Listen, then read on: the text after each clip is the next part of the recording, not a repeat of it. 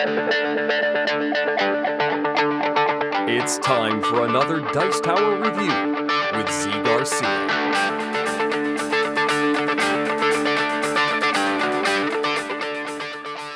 Hey everybody, today I'm taking a look at Gem Rush here from Victory Point Games. Gem Rush is a card-driven tile discovery and sort of exploration game in which you are going to be taking your little digging dwarf and who is going to be exploring this mine, finding gems, spending those gems to discover new places in the mine, and of course gathering victory points throughout it all, trying to come out on top. But that's not quite everything, because the game has two modes in it. You can play competitive mode, try to get more points than everyone else, or you can play cooperative mode, which utilizes basically the same mechanisms but turns the scoring on its head a little bit.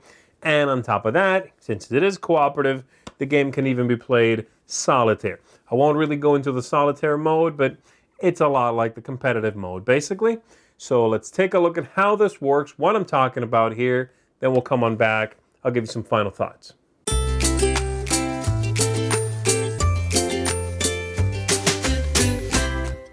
So here's most everything that comes with the game. You're going to get a deck of tile cards. These are going to be used to build the caverns that you are exploring in the game. You have a deck of player cards, and I have mine sleeved here, but I took one out to show you what the card actually looks like. So there you go. Players are going to be playing these to traverse the caverns. You have some victory points, you have a star player token, and you have some of these little standees for the players in the game, and they come in two parts. They fall apart very, very easily, but, well, I'll talk about that a little bit later. For now, just bear with me here while I deal with these guys. So, what you are attempting to do is get the most victory points. In fact, there's two ways to play the game. There's the rush mode and there's crisis mode. And simply they are competitive or cooperative games, okay? I'm going to show you the competitive game, and then I'll just mention briefly at the end the differences for the co-op. Now, competitive is what we're taking a look at now, which is what they call rush mode. So we are going to give someone the star player token. Everybody gets one of these little standees. So I'll just say it's a game with three. Everybody gets one victory point to start the game with. And we are going to shuffle up the cards here. And everybody's going to get a starting hand. And we flip over one tile. And that is the starting location in the game that everyone will begin the game in. All right. Every card, every tile here is going to have some openings leading out from that place, a combination of gems representing what needs to be discarded in order to discover that new room, as well as some power in that room that you may choose to trigger at certain points in the game. So let's say it's going to be my turn first. I have my four cards here, 1, 2, 3, 4. They look like this. Usually they'll have two gems on there representing two different colors, all right? And so the first thing I do is I discard if I have more than four gems. That's step one. Step two is I can move. I get to move up to 3 places, 3 steps. If something has already been revealed, I can freely move between them as long as there's an opening that they share. If not, I'll have to discover that place and earn some victory points for discovering it. Step 3 would be the action, which means I can either draw one card or do the action printed on the tile. And then step 4 only happens in the cooperative phase, in the cooperative game rather, and it involves burning some cards, which acts as the clock in that cooperative mode, but we won't be doing that in this version. So, as I said, you get victory points from traversing the land. So I'm going to take a look at what cards I have here, and I can see that in order to breach this way, I need a red and I need a purple, and I happen to have a red-purple card, which is great. If I did not, I could play a purple on one card, a red from another card, and just discard both of those. But in this case, I happen to have exactly the card I need. So I'll play this, and my character will be yellow. I'm going to walk this way, which means I draw a new tile, and I place it however I want to, as long as there's an opening leading back in that new location, and I'll walk in there, and I get as many victory points as it lists on the combination I played. In this case, 1 victory point. That's one step. And I could keep going. I can, again, walk up to 3. That includes any new exploration that happens. So that was 1. I could go let's say, back here for 2. And if I had, for example, blue, which is what this needs, I could even walk up here for my 3rd step. Walking between rooms that have been discovered is not a problem, all right? But let's say I walked 1, I cannot play any of the other combinations here, and I want to stay in that room instead of the opening room, so I am done. I only used 1 step out of my 3, but that's okay. Next up, action. I can either draw a card or do that power. In this case, this one says it's a vortex, which you can see right there. And the card lets me know that I can discard my entire hand, then draw 4 cards.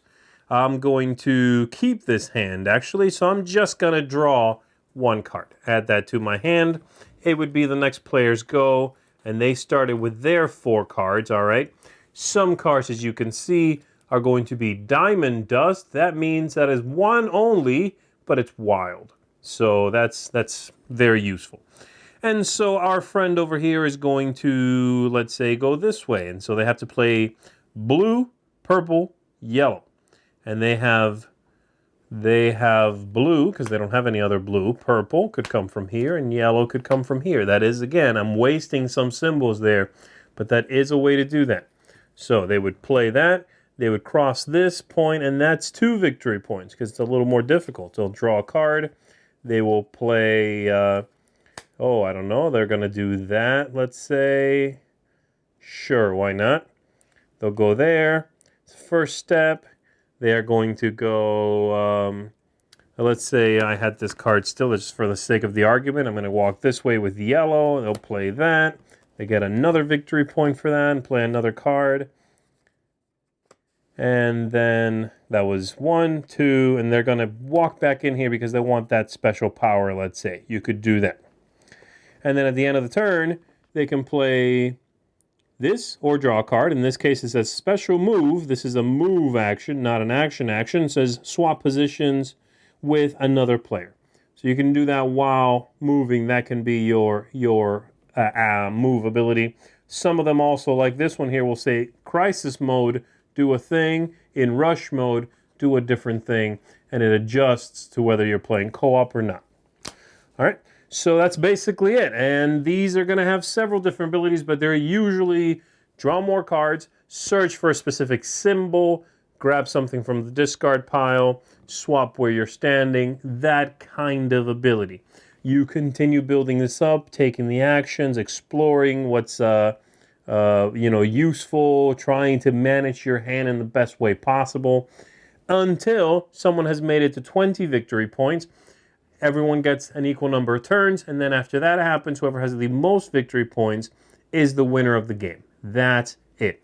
In the cooperative mode, in crisis mode, you are trying to hit a certain number of victory points collectively, everyone together, before you burn through the deck. And as I said, step 4 in that mode has you burning 2 cards from the top of the deck.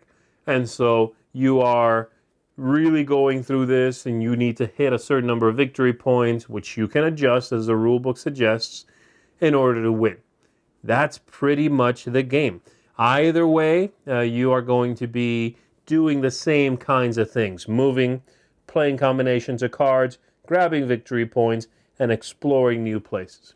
That should give you an idea of how Gem Rush works. So let's go back up and let me tell you what I think of it. The first thing it seems I always have to mention with the victory point games is the production quality, unfortunately. And again, the cards here are not horrible. I actually think the victory point cards are, the quality of their cards is not terrible. They're okay. I sleeved mine because I've played quite a bit, actually, because I really like the game, though I'm jumping ahead a little bit here. But the cards are all right. Everything else is mostly subpar. I don't like the standees, and in fact, I replaced my standees, these little guys here, which are ridiculous. I went ahead and put some pawns in mine. They're not thematic, but they are nice and chunky and wooden, so I did that. And the tokens for victory points are okay. That stuff is not great. But this game is mostly a card game, which is why it's not as bothersome to me. And the gameplay is great. I think it's a super fun game. I really enjoy exploration games anyway, and the simplicity of this one, the collect cards and play them out, the rummy-esque aspect of it is simple, but it's fun. I like the tiles that you are exploring, giving you another option if you stop there. Sometimes you want to run back to a place that has a great power just to utilize that power when you withdraw. That sort of stuff is great. And the game really is pretty good as both a competitive game and the co-op mode. Co-op mode's neat. It works well, and you are cheering each other on, trying to get to the victory point total you need before the cards run out. You play solitaire, which is also really neat. I've played this solitaire a few times.